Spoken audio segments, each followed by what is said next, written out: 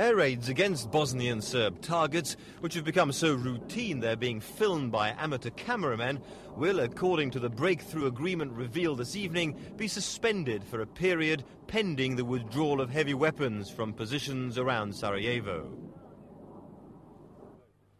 With evidence such as this vast crater in northern Bosnia that the NATO strikes were causing widespread destruction, it appears that the Bosnian Serbs have complied with Western alliance demands, which may lead to a ceasefire around Sarajevo.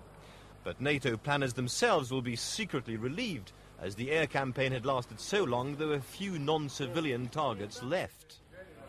Earlier today in Croatia, the US negotiator Richard Holbrooke, conducting diplomacy at breakneck speed, sensed he was on the verge of a significant new deal. We changed our plans after a long evening with President Milosevic because he asked us to convey, on behalf of the Serbian side, an important message to General Janvier and Mr. Kashi, which we also informed President Tudjman of, concerning the possibility of a cessation of hostilities in the Sarajevo airport.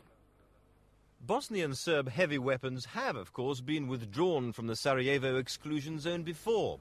The UN ultimatum in early 1994 resulted in the Bosnian Serbs' compliance without the use of air power. The deal then was brokered by Russia, which sent in troops to the Serb-held sector of Sarajevo, allowing the Bosnian Serbs to save face by saying they had won a concession. But that ceasefire was eventually broken. By the spring of this year, the Serbs had seized their heavy weapons back, and the shelling of Sarajevo's civilians had resumed. The past 2 days have seen enormous gains in central Bosnia by the alliance of Croatian and Bosnian government forces, such as the capture of Jajce, a town of great economic and strategic importance. The loss of so much territory so quickly by the Serbs has led to suggestions that they may not have put up much resistance.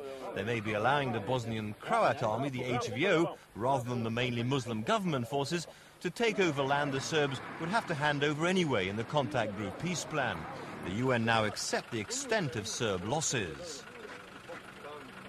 We have no reason not to believe the Croatian media reports that they have made a significant advance, probably gaining about 2,000 square kilometres, 770 square miles, with the major axes having been Sipovo and Jajce. If there is a behind-the-scenes deal between Serb and Croat politicians, it's at the expense of ordinary soldiers like this Bosnian Serb fighter, wounded and captured by HVO soldiers during the assault on Jajce. It's also causing the misery of tens of thousands of Serbian refugees escaping from the Croat Muslim offensive. Not only is their own self-styled republic hard pushed to care for them, aid agencies have long had difficulties operating in the Bosnian Serb-held territories. The problems that are being faced by these people are the weather. It's raining a lot. They've left their homes in a hurry. They've already spent one night out, and they're very scared.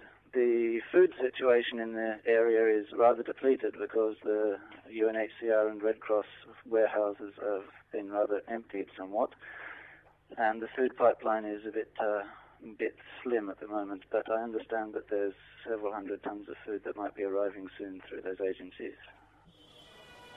Tonight, the US envoy Richard Holbrooke arrived in Mostar for talks with the Bosnian president Alija Izetbegovic. A part of today's agreement on the withdrawal of Bosnian Serb heavy weapons from the Sarajevo exclusion zone depends on a promise from the Bosnian government that they won't take advantage of the new balance of forces, a temptation which the Bosnians may find hard to resist.